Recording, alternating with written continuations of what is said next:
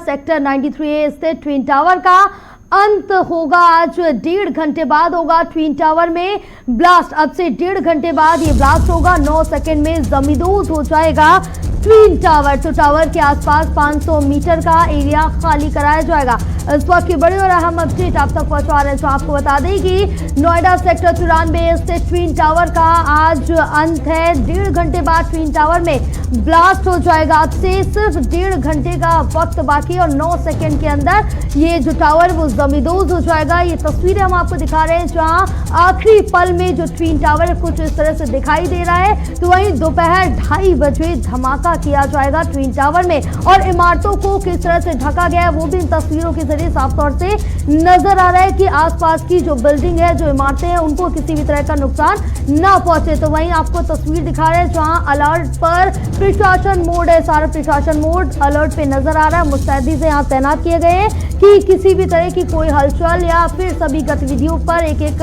नजर रखी जाए। तो आने जाने पर भी पाबंदी लगा दी गई है। कोई भी आम इंसान अब 500 मीटर की दूरी तक नहीं आ पाएगा। यहाँ पर जो प्रवेश है वो बंद कर दिया गया। साथ ही साथ जो ट्रैफिक एडवाइजरी है वो भी जारी कर दी गई है और रूट डाइवर्जन इसके साथ ही कर दिए गए। तो वहीं दमकल विभाग की जो गाड़ियां हैं वो भी एक्टिव मोड पे नजर आ रही। दमकल विभाग भी ट्विन टावर के पास में ही मौजूद है। यदि कोई अप्रिय घटना होती है तो उसके लिए ये अलर्ट पे रखा गया। साथ ही एंटी स्मोक गन भी तैनात की है।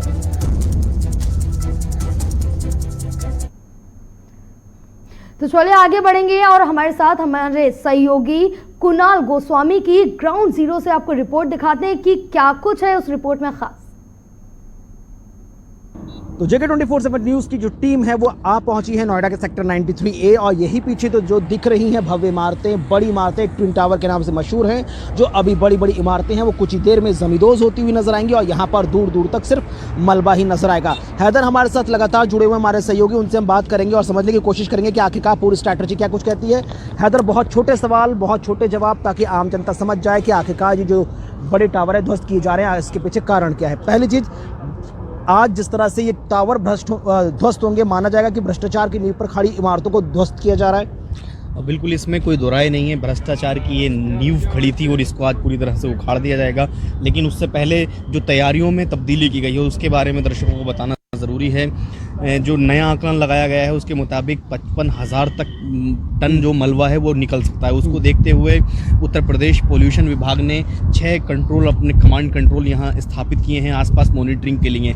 इसके अलावा नोएडा प्राधिकरण ने 100 पानी के टैंकर आसपास लगाए हैं, 20 ट्रैक्टर ट्राली लगाए हैं, 15 स्मोक गन लगाई गई हैं और 200 सफाई कर्मचारी लगाए हैं। उद्यान विभाग ने अपनी टीम यहाँ तैनात की है। ऐसा इसलिए किया गया है कि अगर मलबा इतनी बड़ी तादाद में नीचे गिरेगा तो जो आसपास पेड़ पौधे हैं और जो डस्ट उड़ेगी उसको कंट्रोल किया जा सकेगा, तुरंत छिड़काव शुरू हो जाएगा। जो ऑर्गेनाइजेशन, जो फर्टिलिटी इस पूरे ध्वस्तीकरण के कार्यक्रम को आगे बढ़ा रहा है, एग्जीक्यूट कर रहा है एडिफिस, उसके बारे में क्या कुछ जानकारी, कितनी श्योरिटी के साथ वो कह रहे हैं कि किसी तरह के फिलहाल कोई मौजूद तो नहीं होगा लेकिन माल का नुकसान कम से कम हो।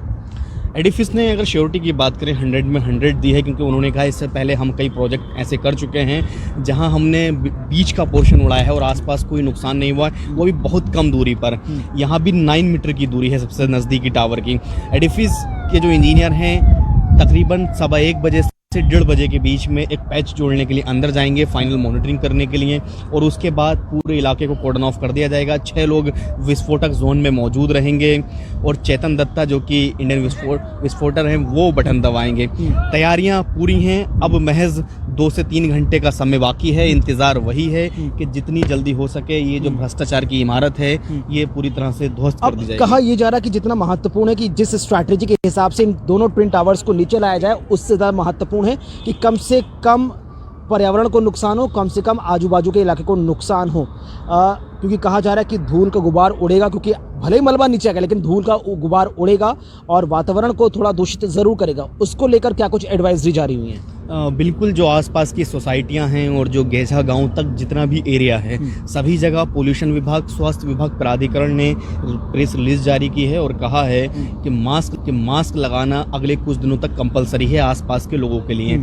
खासकर जो एमरोल्ड कोर्ट है और ATS विलेज है और उसके इसके पीछे पार्श्वनाथ हैं, इन सोसाइटियों में मास्क कंपलसरी कर दिया है तकरीबन 1 हफ्ते तक। इसके अलावा जो अभी ध्वस्त सशक्तिकरण के टाइम यहाँ मौजूद रहेंगे उन लोगों को भी मास्क लगाने की रिक्वेस्ट की गई है। अब अहम सवाल इससे पहले कि हम आगे बढ़ें और अपने सहयोगी को हैंडओवर करें, सुबह 7 बजे के आसपास ये पूरा इलाका एवोकेट करा दिया गया, खाली करा दिया गया। अब वापस जो यहाँ के रिहायशी लोग हैं उनको आने की परमिशन क्या है और वो उनको क्या बोला गया, क्या प्रिकॉशंस बरतने हैं?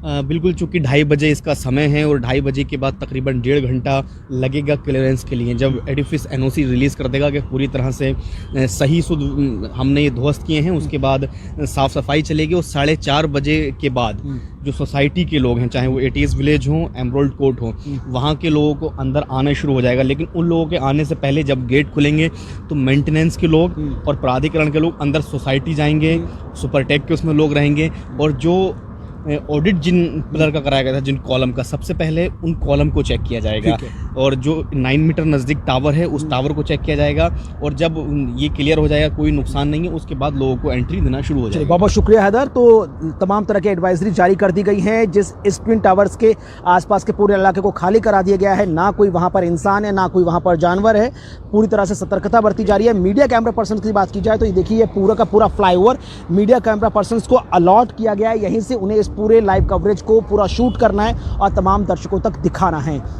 कैमरा पर्सन विजय के साथ मैं कुणाल गोस्वामी, नोएडा सेक्टर 92।